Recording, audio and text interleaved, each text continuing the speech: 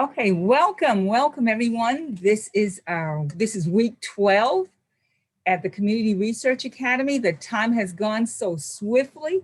We've had great speakers, and today we have a dynamic presenter, Dr. Michael Bales, who's been teaching team science for the last 4 years.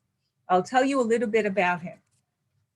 He is the current director of evaluation at Weill Cornell Clinical and Translational Science Center.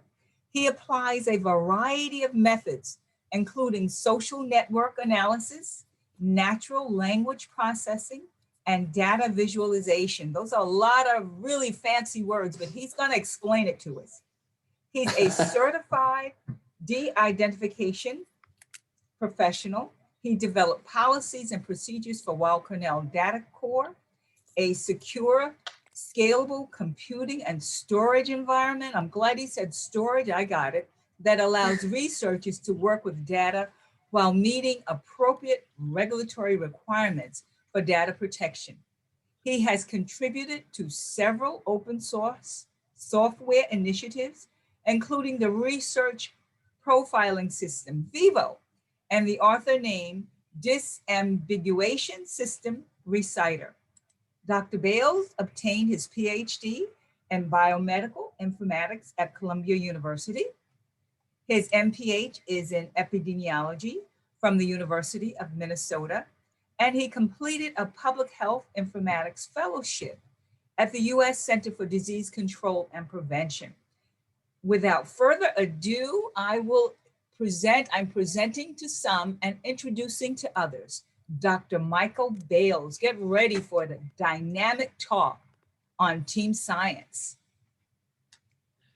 Well, thank you for that excellent introduction, Lumi. I appreciate that. And I'm grateful to have the opportunity to have a conversation with all of you today. I guess I'll try sharing my screen if it's going to let me do that. Oh, there we go. So yes, today actually, let's start with the learning objectives and I'll move this over. So today's session is on science of team science, which is a discipline that studies collaboration in science and how to collaborate more effectively. I just want to go through the learning objectives real quickly that we'll be describing the range of disciplinary integration from unidisciplinary to transdisciplinary, talk about how factors in the social environment can either help or hinder scientific teamwork, understand challenges and opportunities for team science in community-based research, and I'll give you some information on resources that you can use to further your learning on this topic.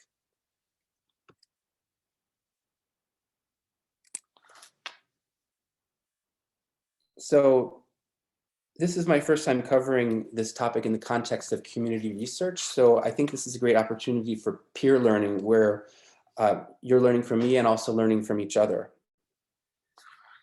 So this term science or team science was first introduced in October 2006 at a conference hosted by the National Cancer Institute. The conference was called Science of Team Science, Assessing the Value of Transdisciplinary Research. And the field of science of team science is informed by a number of academic fields, including organizational science, community health promotion, and social psychology, as well as from groups outside of academia, including business and the military.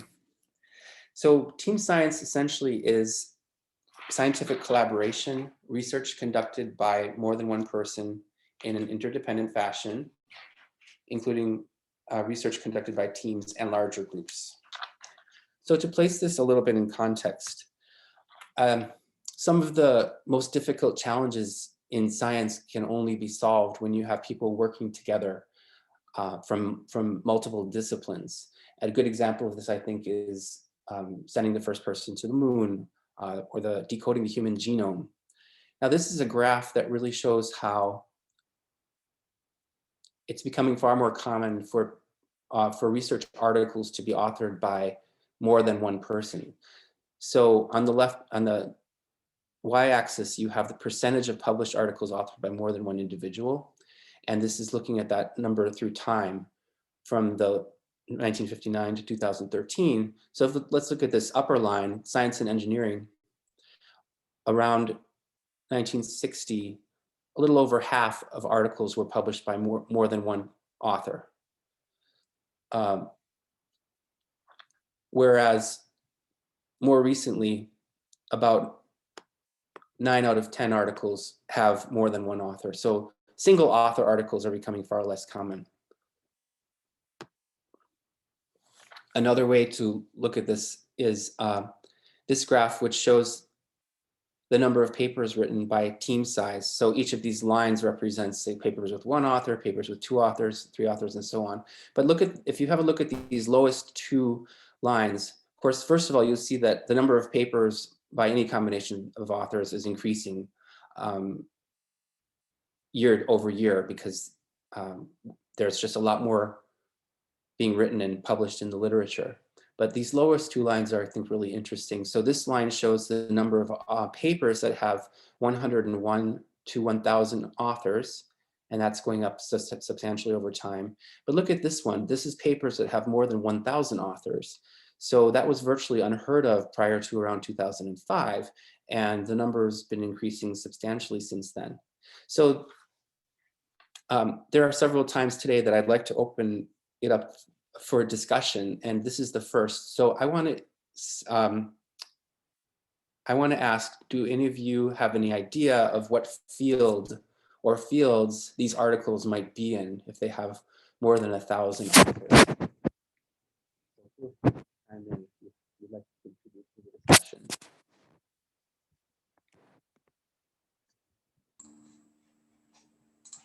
Would it be something like biochemistry or like the nuclear molecular stuff, and the teams are global? Yes, I think that's one example, definitely. And another is Wouldn't astro. Oh, go ahead. oh, sorry. Wouldn't they be on meta analysis articles? I suppose you could have, yeah, if you had a really important one that required a lot of people to contribute, yeah. But actually, the meta-analyses, the individual studies in the meta-analysis would be published in the references section. So those people wouldn't be included as authors on the actual meta-analysis. Oh, okay. Thanks. Yeah. Any other thoughts? So astrophysics, some of the projects that involve telescopes and things like that, they'll often have more than 1,000 authors as well.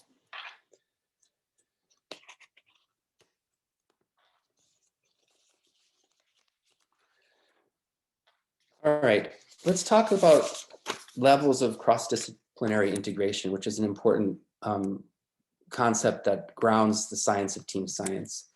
So it's generally agreed nowadays that the level of integration between disciplines ranges from unidisciplinary to transdisciplinary. I just want to talk a little bit about that. So I'll start with unidisciplinary, and that's working within a single discipline. So that's an example would be like dermatologists publishing research related to the skin. Then as we move up towards more disciplinary integration, we have multidisciplinary, which is where you have people from different disciplines working together, each of them drawing on their disciplinary knowledge. And the next two are interdisciplinary and transdisciplinary. So remember, we had unidisciplinary, multidisciplinary, and now interdisciplinary and transdisciplinary. I was wondering if any of you have any thoughts on what interdisciplinary might refer to and how it's distinguished from multidisciplinary. See if I can find someone who's.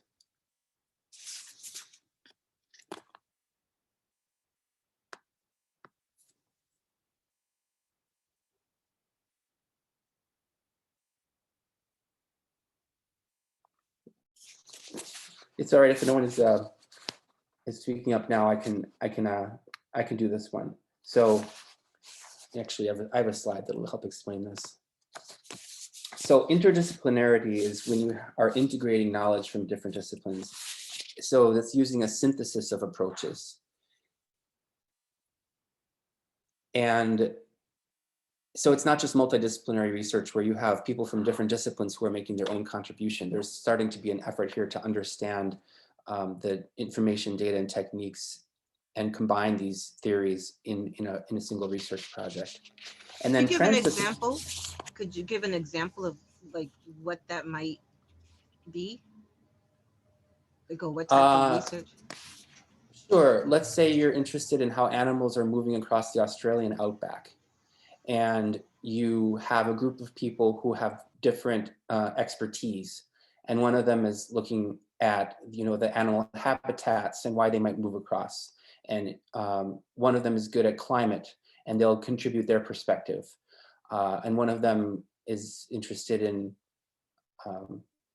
I guess what they eat, or a zoologist. So you have different people from different disciplines that are good in their own discipline, and they might work together on a project, but they might not be integrating the different tool methods and techniques they use in their own discipline.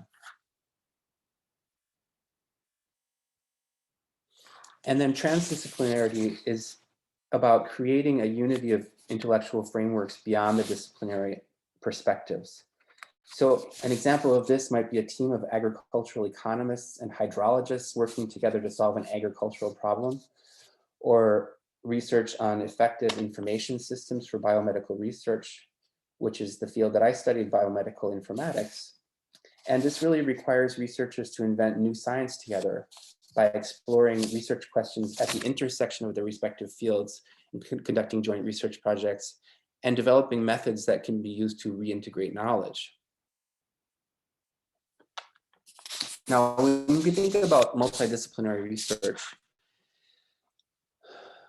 another discussion I'd like to have with you is what are some challenges that can arise when you have collaborators from different disciplines?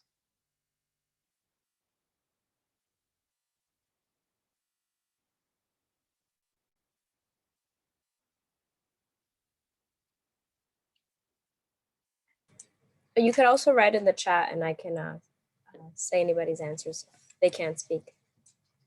That's fine too.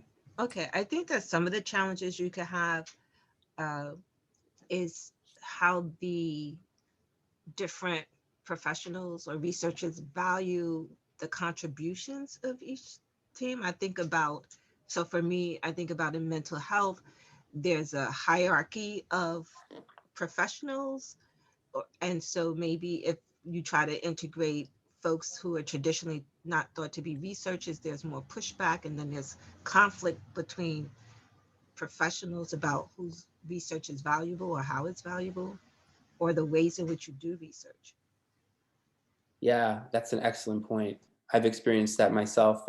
It's a place I used to work where it seemed like at the CDC at the time, the Centers for Disease Control, it was kind of dominated by people who had MDs rather than people who had studied for a master's or PhD. I don't know if it's still the case nowadays. So in that way, so people, clinicians or medical researchers would be sort of hierarchically more valued sort of in a social environment than epidemiologists, for example. Are there any other thoughts on some difficulties when you have people from different disciplines coming together?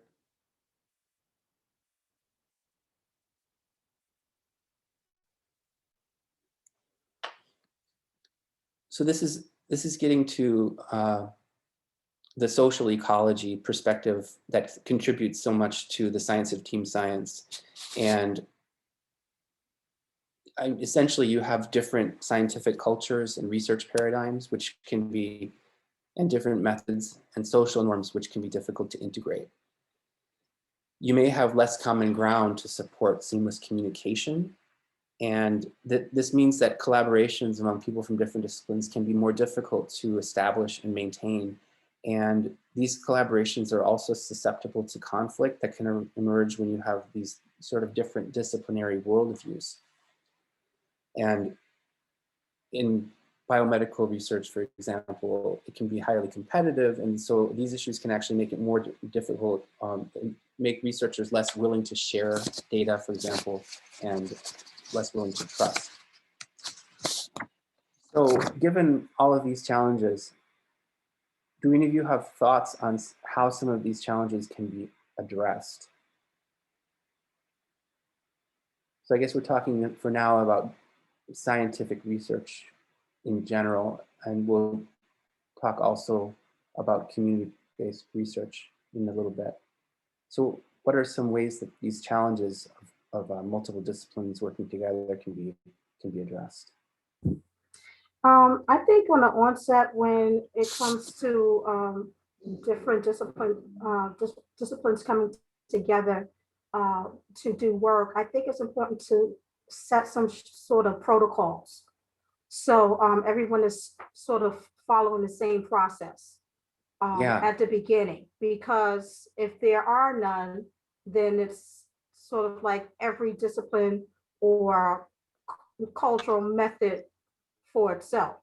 So if at the beginning you set like a certain protocol as to how you do absolutely everything, then there's really no question. Yes, that's a very good point. In fact, it's considered a best practice in science of team science. It's highly recommended that before the start of a research project that you consider coming up with a collaboration plan that lays the foundation for the research and sets expectations for things like how communication will occur and authorship and things like that. And the 2 documents that Agnes sent you earlier go into detail about how to do that, how to set up a collaboration plan. Anyone else have thoughts on how to address challenges in interdisciplinary research?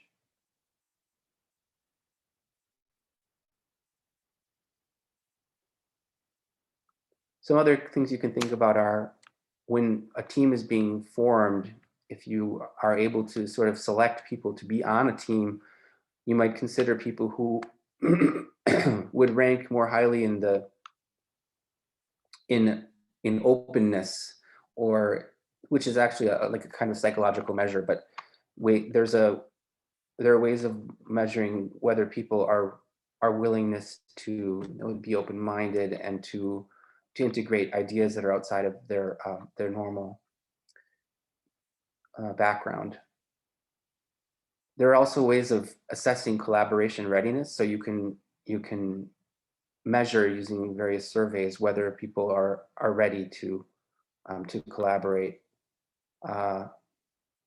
and then strong leadership also is helpful. You have a good team leadership. Yes, go ahead. I'm sorry.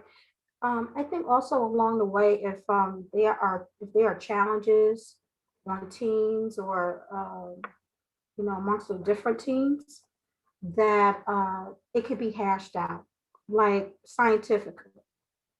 It could be hashed out in that a team member that is used to one particular method, and you have one team member that's he's used to whatever, he or she is used to whatever they're doing. They could just be saying the same thing. So it needs to, I think it needs to have sort of like a common sort of ground as to the science of what they're saying, because it may be the same. It's just that they're saying it differently. Yeah, and that's how to manage conflict in teams is really important, and that comes up a lot in the science of team science literature. Basically, conflict does occur, but it's not necessarily something to be afraid of. It's something to know how to resolve, so that sometimes there are interpersonal conflicts that are not scientific in nature, and vice versa. And there are strategies to overcome conflicts. So that's a great example. Thank you.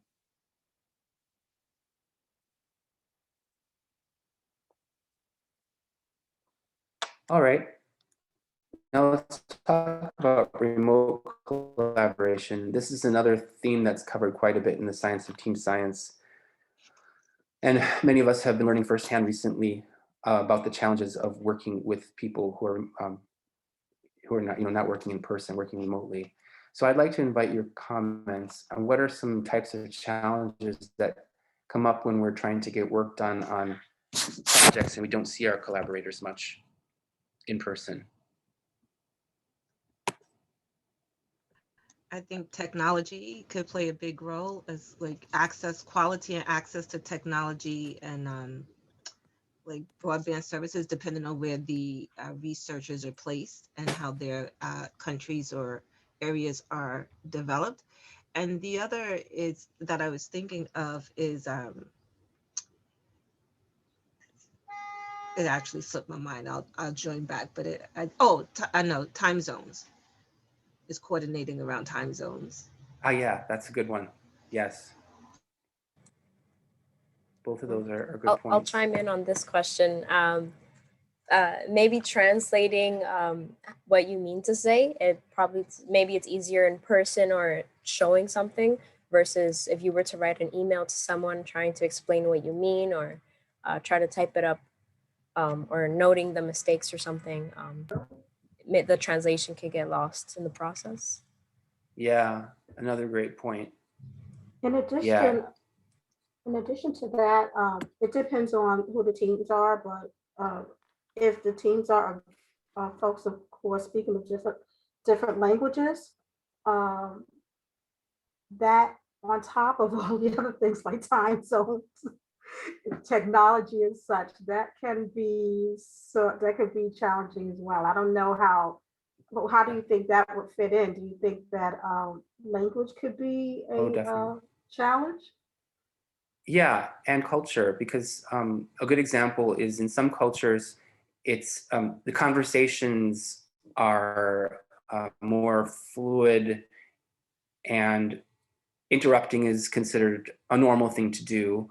And in some cultures, it's considered rude to do. So you might have situations where there's a Zoom call, and if people are from cultures where they don't necessarily want to speak up, and they're not invited to speak up, you might not actually hear what they have to say.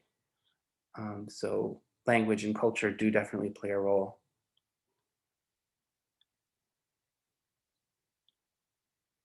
And you don't have the benefit from informal communication. For example, those chance encounters in the hallway where some of the real work and the real communicating tends to happen in the workplace. And with Zoom, you might not be sure sometimes who's actually speaking. Oh, that's getting better, I think. And it's also hard to gauge the mental and emotional states of the other people who are participating in an online call.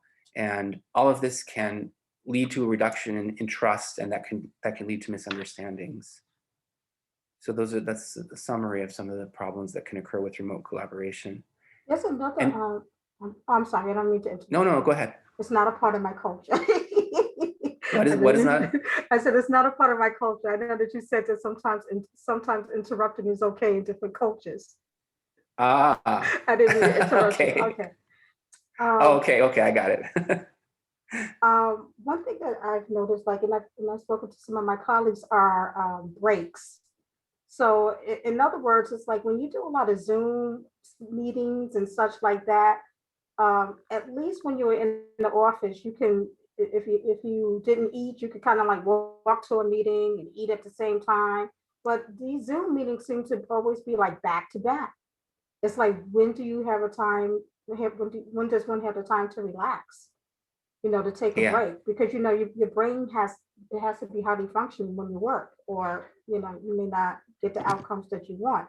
You have to have the energy to work. So with these remote collaborations and all these different time zones, and it's like people are working 24 hours almost. Yeah. It's like the usual workday is no longer the usual workday. You're working from like in the morning until like 7. 10. Yeah. How about 10? I have 2 young children at home. Yeah. So it's, those are some of the challenges, the other challenges that I think are present. Yeah, that's so true. Yeah, I know some doctors who have been doing telehealth consultations on Zoom were having really to adjust to it because it can be very draining to do them back to back. Yeah. So now that we've talked about some of the challenges with remote collaboration, let's talk about strategies that can be used to overcome these challenges. Do any of you have thoughts on what can be done to mitigate the lack of in-person social interaction in some ways.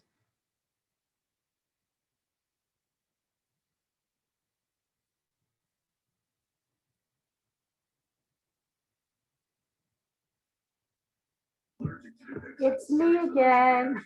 I just happen to, no, because I just happen to like, plan in the organization. I don't know, I just kind of like to do that sort of thing. And I was actually in a situation where I had to communicate with folks over in West Africa for a tour, right? And In West Africa? yeah, West Africa.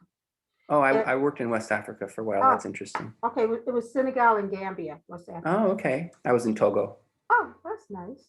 Yeah, it was so awesome. What would happen is, because of the time difference, emails were not necessarily picked up the right time, and you couldn't have the meeting at the same time. So it's sort of like we had to break out in like these teams of where everyone was at, like so in Senegal, they kind of like worked on that component, and then we would work on what we had to do and then bring it Yes. together. Yes, that is a well-documented strategy in the literature. You just described it perfectly. When you have a big project, for example, that has different moving parts that require intensive communication, it can be very difficult to get things done efficiently. So it's recommended to break out those projects into sort of sub-projects and have individuals, smaller groups working on those projects together and then reintegrate. If you can structure the project that way, it's a really good strategy. Another interesting recommendation from the literature is that it's good to have a face-to-face meeting if possible at the start of the project, and then as often as is feasible to have face-to-face meetings throughout the duration of the project. Even if it's just once a year for a long project, that can be really helpful. I know that's a challenge nowadays for obvious reasons, but another recommendation is to increase social communication to supplement just the task-oriented communication that occurs when you're doing a project. I guess that's a related point. And I guess on Zoom, an example of that would just be these projects, these Zoom calls where the first 5 or 10 minutes of the meeting, it's just naturally people are talking about their, what they're doing or their kids or the things that are of interest to them. And I think that can be okay. It's probably a good idea. And then back to, again, technology, ensuring that technologies that are used are appropriate for whatever people are involved in a collaboration and used appropriately. And when deciding on what technologies to use, there's a concept of technology readiness that can be assessed for individuals or groups.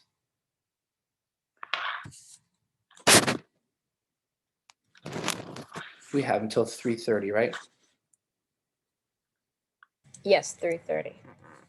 Okay, good. All right. Now let's talk about people in collaboration. Question. Sorry, Yes. Michael, is the screen supposed to be black? Yeah, sometimes when I don't have a slide to show and it's just a Okay. discussion, I just have Some of the yeah. slides were like that. I was wondering if it's on our end or your end. Okay. Yep. Good. That's intentional. Okay. So talking about people who are involved in collaborations, what are some qualities that you think are valued among partners in scientific research, partners in community research, that make people particularly effective in collaborative work? So we've talked a bit about teams, but let's think about qualities of individuals that are good for collaborative work. Does any of you have any comments on that? Maybe you can think of people you've worked with who were good at something, and what was that quality? I think some of them relate to what you mentioned earlier, and when you're developing the collaboration plan, is like some qualities are open-mindedness of the Oh, yeah. person. Yeah. Also I think what's the person's readiness for being part of a group. A lot of people have difficulty being part of a team or a larger team, especially if they perceive it as them losing their identity or their uniqueness that they contribute. So I guess a little bit assessing their level of narcissism, maybe. Like, Yeah. that's valuable these days. Huh, that's an interesting point. Yeah. I think that can play into it for sure. Any other comments? Yeah, I think having really good problem solvers on the teams are good. Also, people who have a sense of emotion, a good sense of emotional intelligence, really good listeners. Yeah. Um, these are all part of, can be all part of teams where, to help with the process, the fluidity of the process, and Definitely. overcoming challenges. Along the way, you have these problem solvers, you have people who could deal with folks who may be going through different things because as you see, who would have known that we would be going through what we are going through now. And Yeah. outside of work, people have different challenges that we don't even know about. So if you have people who are highly sensitive in a good way and are able to recognize people who are going through struggles outside of the workplace, it Yeah. can help them. Not only just being used to getting what you can from a worker, but also actually really caring about them. Yeah. That brings to mind something that happened to me when I was on the way into work. I saw a bad car crash and I got to work and I thought I was acting normal, and I thought I was completely acting normal, but my boss said, "There's something bothering you?" And I said, "What?" "Oh, actually, yes." I was bothered by what I saw. And so I just really thought it was interesting that I didn't even notice that I was showing signs of discomfort, and someone who's sensitive and attuned to that could pick up on it. I really appreciated that. Right, and that's exactly what I mean. That's that sort of thing. Not exactly that, but that sort of situation where Yeah. someone in the team could recognize that someone may have some sort of stress. Yeah. Yeah. Any other I think, thoughts on? Yeah, go ahead. yeah, I'm thinking also sort of connected to technology, but I guess it could show up on a team with different that have different research strategies or different methods. But sticking with technology, like having people that are okay with the learning curve, as if they're not that familiar with the chosen or selected um, methods or tools, that they're willing to be in a learning space and not Yeah. be frightened or anxious about it. And it makes me think of when folks are learning new things about the computer or they have a discomfort with the computer, then it sometimes blocks them from uh, being cooperative or being collaborative, or even learning and understanding new information, Yeah. because Hmm. they get anxious about it, right? Or they get concerned about what people are going to think about them if they don't know something. Oh, So I if you're see. using remote, like you're using technology, and I'm thinking about that also in terms of some of us who are looking at doing community collaborations around research. We might have community members on our team that their value is there for the lived experience and what they contribute, but they may not have this skill with typing or computers or learning how to navigate the remote environment. Okay. That's Because a I really think good point. right, because I think in some ways how I'm receiving your presentation is like it's the people on the team are already highly skilled, highly educated, and are used to maneuvering.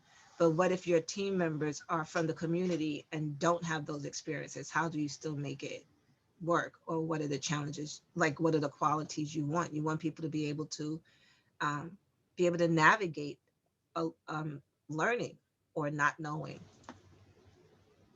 Yeah, that's a really good point. So it has to do with, I think, partly confidence in and willingness to learn new things. And I think that's important for say a collaboration between an academic institution and people in the community. I mean, it's important for people on both sides to be willing to learn. Yeah. Jewel, you have your hand up? And when we talk about that in terms of these community members, I think it's important that the onus is not on that individual, but it's on the group, because the individual should feel affirmed. They should feel Yes. acknowledged, and I think it's important that and they should feel welcome. So the onus is not on that, and not on that community member, because as I didn't hear who was speaking, but as she was saying, is that you want these individuals, but they really should feel affirmed. I totally agree with that. Yeah, that's a great point. Yeah, this is part of where I'm learning from some of you on aspects of team science in the community. So I appreciate those comments very much.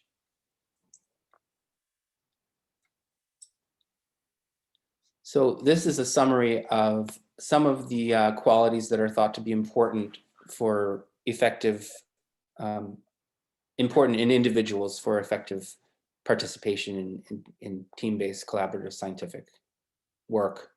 And I kind of grouped them into categories, but I think we touched on all of these really.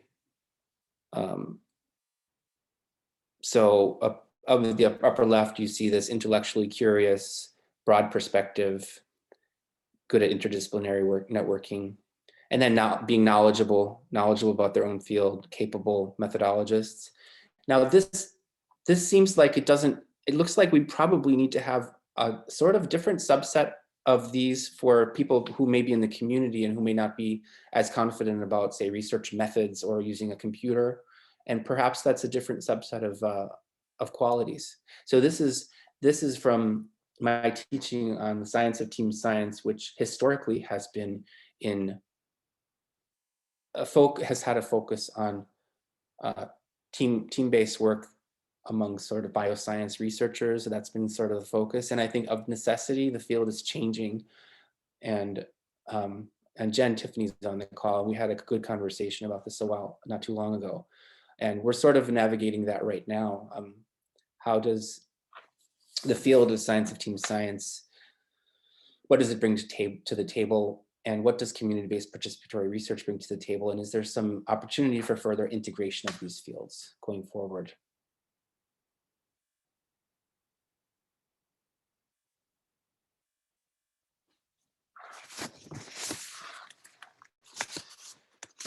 All right.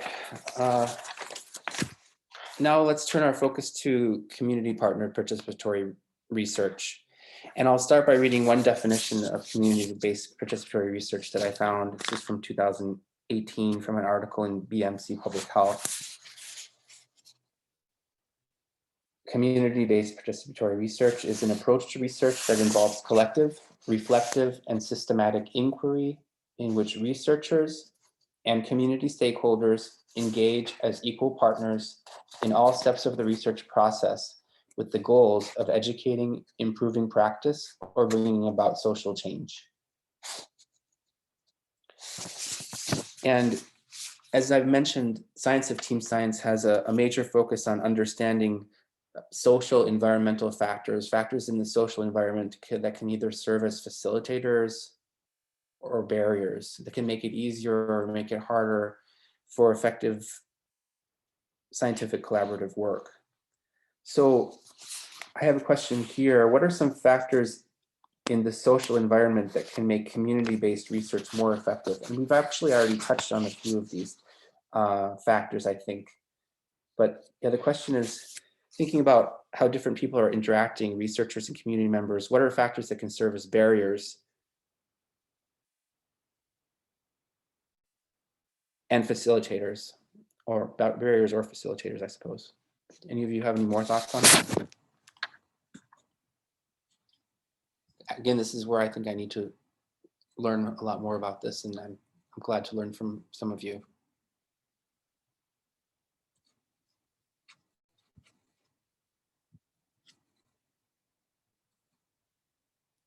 Could you repeat the question again, please? What are some factors in the social environment, like in the context of, let's say, a collaboration that's a community-based participatory research project? What are some factors in the social environment that can either help or hinder effective scientific collaborative work?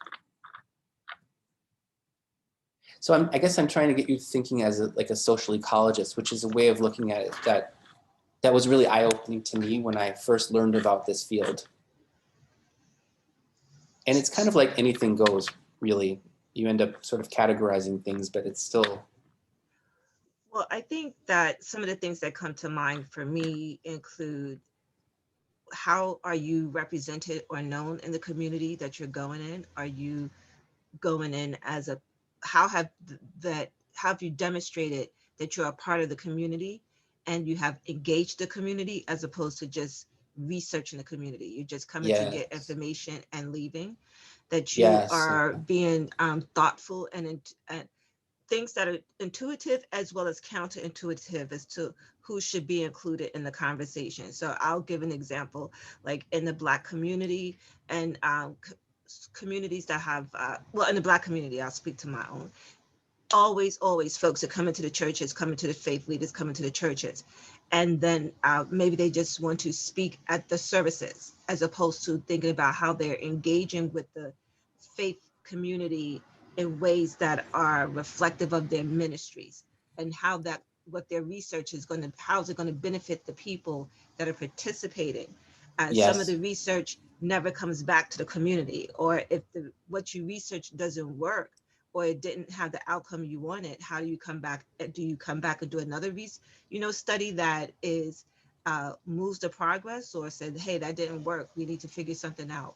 When do you engage the community as credible messengers and valuable contributors to how things are looked at, or the perspective that you may have approached it is not actually the way it is in the lived experience of the people or topics that you're studying? Yes, there's a lot there. Those are some really excellent points.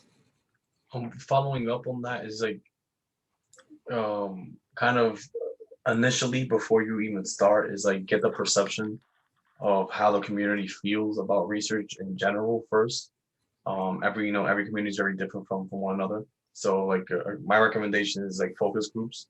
Find out what like if the plan that you have, would it work in this community the way that it's originally written down, or because after these focus groups where you get a feel of how these individuals will the feel of how these individuals feel about research and how they will perceive the research that you're trying to do, it will help you. And then if what any little tweaks you need to make within your plan so that it can fit this community, and then it'll lead to a greater impact in your research findings or whatever you're aiming for. Great point. Actually, in terms of focus groups, I just saw this recently.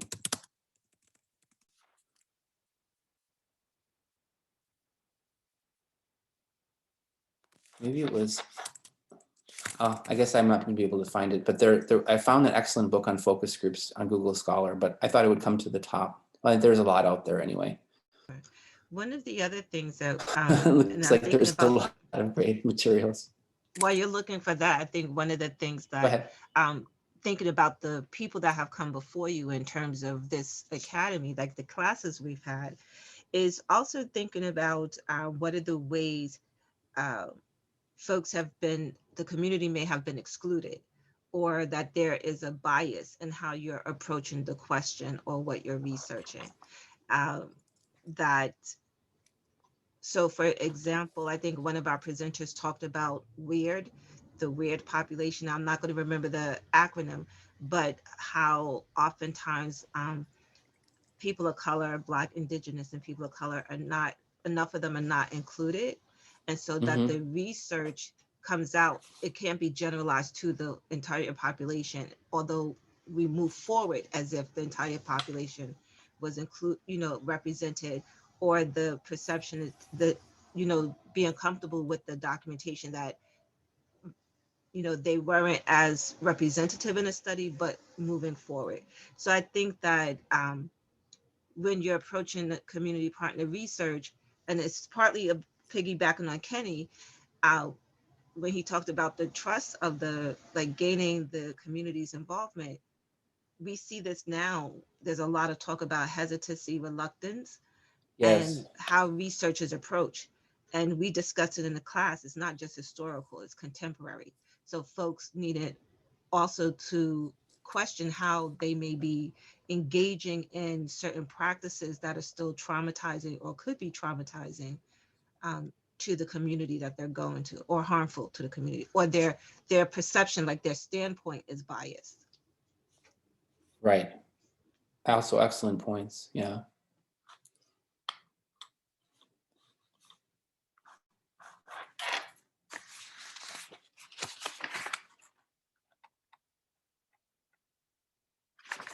There's actually a quote that I found on some of the differences in motivations that community health practitioners, community health workers may have versus researchers working at academic institutions, which I think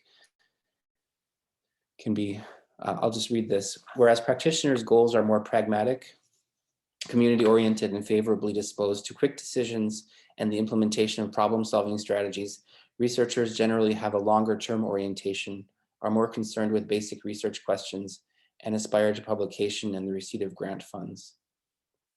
I think that this quote is partially overshadowed by some of the great points that you've been making about what are some of the real differences and challenges.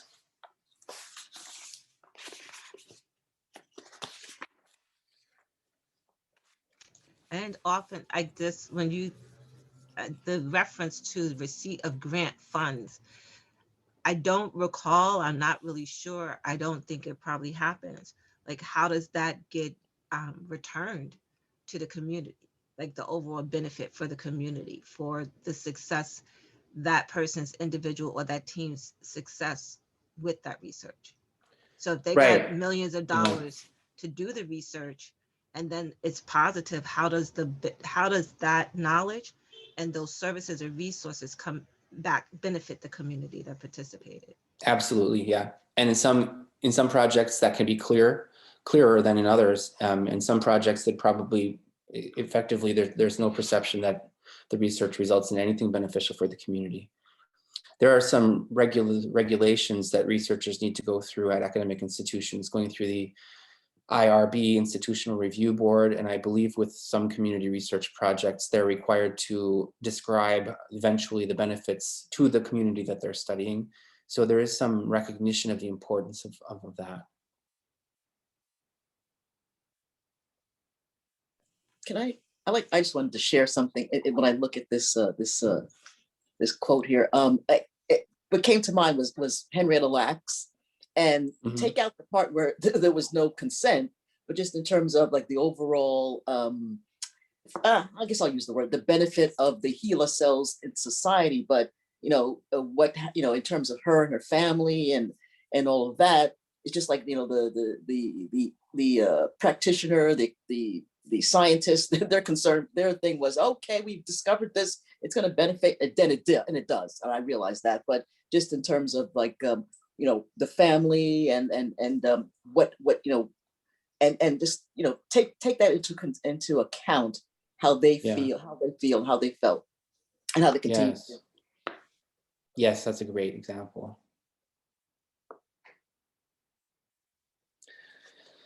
So we're talking about facilitators and barriers in the social environment that can promote good, effective research in the community. And I found, I think, one summary anyway of some of these things. And so one facilitator is having a strong and autonomous community partner organization prior to the development of the partnership. Having a high level of mutual respect and trust among partners, that's something we definitely touched on, and an appreciation of the complementary skills and resources that each partner brings to the table. And then understanding key factors that might affect the collaboration, like what other communities have done. And I think we talked about several of these as well. And maybe different perceptions of who holds decision-making authority or who believes they have authority to make decisions in a given collaboration. or does everyone have the authority to make decisions? I don't know. I guess there's always some hierarchy in these types of arrangements, almost always. And then another facilitator is a commitment to building strong collaborations and alliances with diverse stakeholders beyond the formal partnership.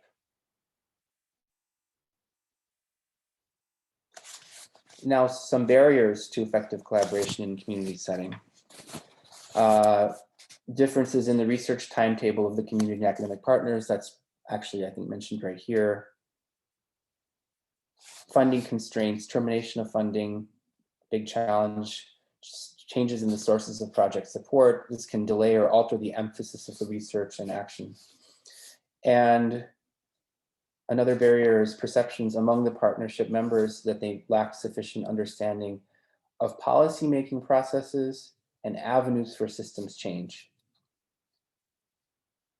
Yeah, so how do you translate what you're doing into changes, for example, in policy that can improve the health of a community? All right, unless anyone else has something else you'd like to say about this topic, I can leave it open for discussion, certainly.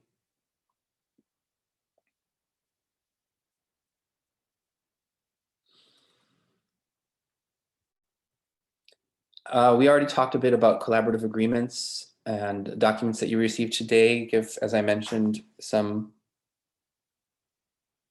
tips on how to go about creating a collaborative agreement. Have any of you been on a project that involved sort of a collaborative agreement, or I think someone mentioned protocol earlier today? Just wondering if anyone has been involved with a project like that. If you might care to comment on how that helped or didn't help.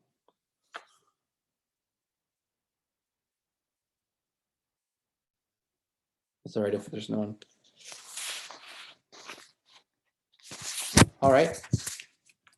I'd like to show you now some resources that might be useful if you'd like to learn more about this topic.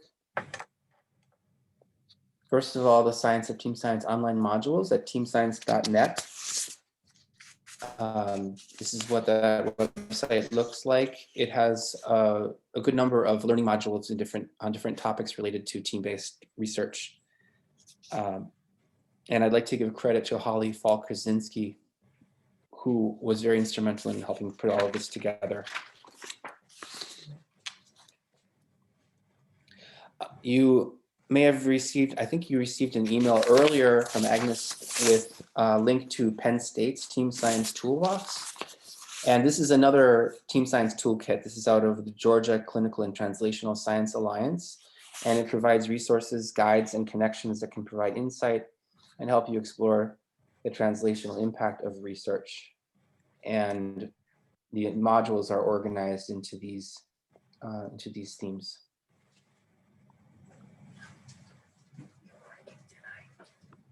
There's also this book from the National Research Council of the National Academies, Enhancing the Effectiveness of Team Science. This is an excellent resource on team science, team-based science, and how universities and researchers can support teams. So I guess we can open it up for any additional questions or comments that you may have. This is Lola May. I have a comment, and that is building team science, building and utilizing healthcare professionals, academic professionals, and community professionals as well. I think is the challenge that the participants who are in this course face. And if they haven't faced it already, I think it's something that's coming down the road. And I think it's so very, very important to learn right now in terms of collaboration and support and respect. And community-based participatory research, I think it's so essential that at the very, very beginning of the project, the team will sit down and strategize and make a decision to respect every person on the same level. Yes. Regardless of their credentials. Because again, community people, they know their communities better than anyone else. And they Yes. have a higher expectation for their own community. And I think that's something that needs to be respected and discussed, as well as finances, money. If they're writing a grant, I think the community should be written into the grant. If not, the person who's at the table, or a project somehow or another, so that the community can reap the benefits, as well as decide what magazine or where that information should be published in. So I think that's a really big interdisciplinary issues, and I think it's doable. But I see that as part of the work that every person who has taken this course will be doing, if not today, down the road. That's I my, love it. Yes. Those are some great comments, and in terms of how can we move forward. So I'm really glad to hear some of those ideas.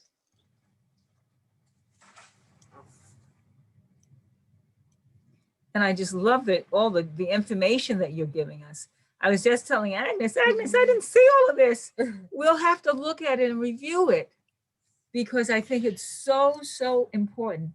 It will help us strategize and get ready for the next Community Research Academy program.